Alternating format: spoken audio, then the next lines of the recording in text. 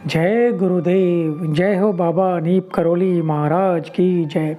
साथियों नमस्कार, स्वागत है आप सभी का आपके अपने YouTube चैनल पर। आशा करते हैं आप सभी अपने परिवारजनों के साथ में स्वस्थ होंगे और अपने अपने काम में व्यस्त होंगे।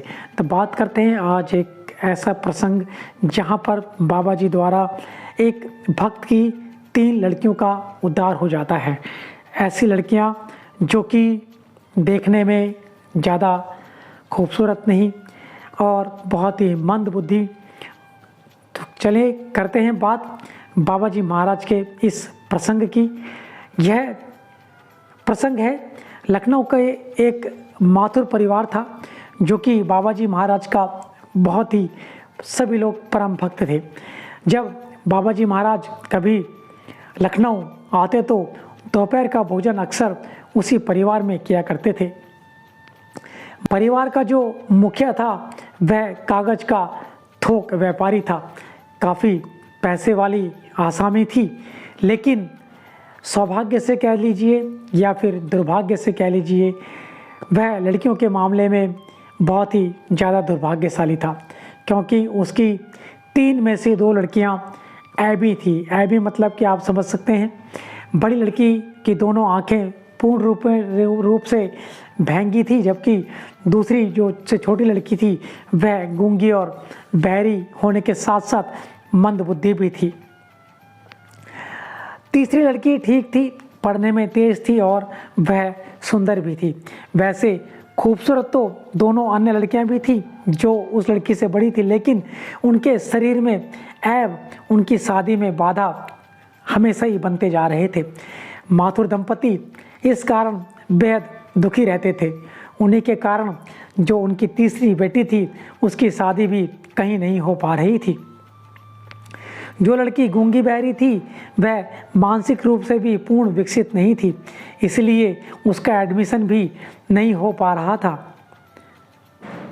गूंगे बहरों के विद्यालय में भी उसे प्रवेश नहीं मिला, क्योंकि बुद्धि से वह बहुत ही कुंद थी।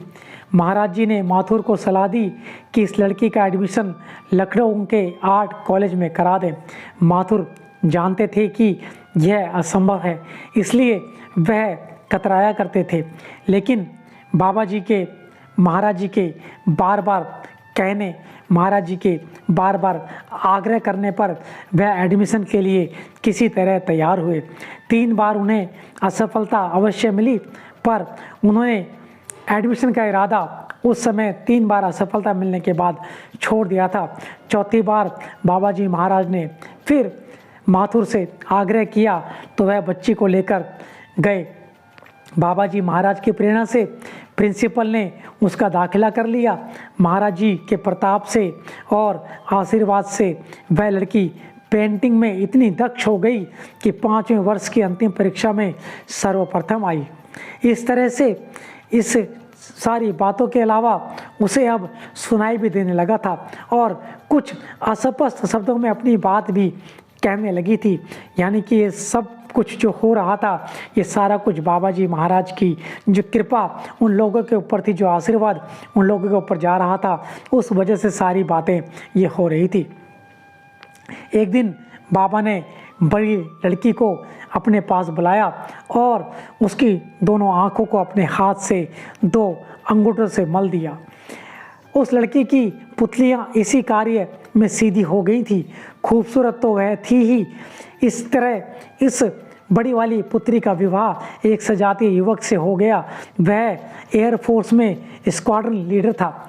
कितनी बड़ी बात कि महाराज जी की कृपा के बाद उस लड़की का, बड़ी लड़की का विवाह स्क्वाड्रन लीडर से हो जाता है। बीच वाली जो लड़की होती है उसको राजस्थान में एक एयरफोर्स में नियुक्त बड़े अफसर ने अंगीकार कर लिया था। वह अफसर विदुर अवश्य थे, पर उन्होंने उस लड़की को अपनाया। तीसरी बेटी की शादी में उनको, माथुर परिवार को कभी कोई समस्या ही नहीं आई। वह चुटकियों में धूमधाम से ब्याही गई थी। तो इस तरह से महाराज जी की जो लीलाएं हैं वह होती ही रहती थी और आज भी महाराज जी की लीलाएं साक्षात होती हैं।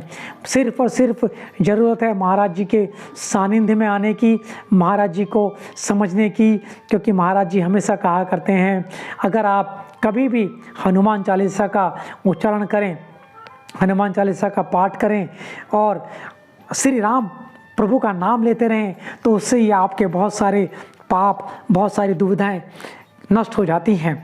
और साथ साथ आप जब भी आपके पास कहीं से कुछ थोड़ा बहुत पैसा आए, तो महाराज जी कहते हैं कि कोशिश करें कि गरीबों को दान दें, जिनके पास पैसा नहीं है उनको पैसे से मदद करें। तो इस तरह के महाराज जी के जो विचार थे, जो महाराज जी की धारणाएं थी, वह पवित्र थी। तो इस पवित्रता को हम लोगों को अपनाना है और अपने जीवन में आगे बढ़ने का प्रयास करना है। आशा करते हैं आप सभी को आज का ये प्रसंग अत्यंत ही पसंद आया होगा। लाइक, कमेंट, शेयर करते रहिए और इसी कामना के साथ आज का प्रसंग यहीं पर समाप्त करते हैं। जय गुरुदेव, जय हो बाबा नीप करोली महाराज, जय उत्तराखंड। और आप सभी का बहुत बहुत धन्यवाद। परिवार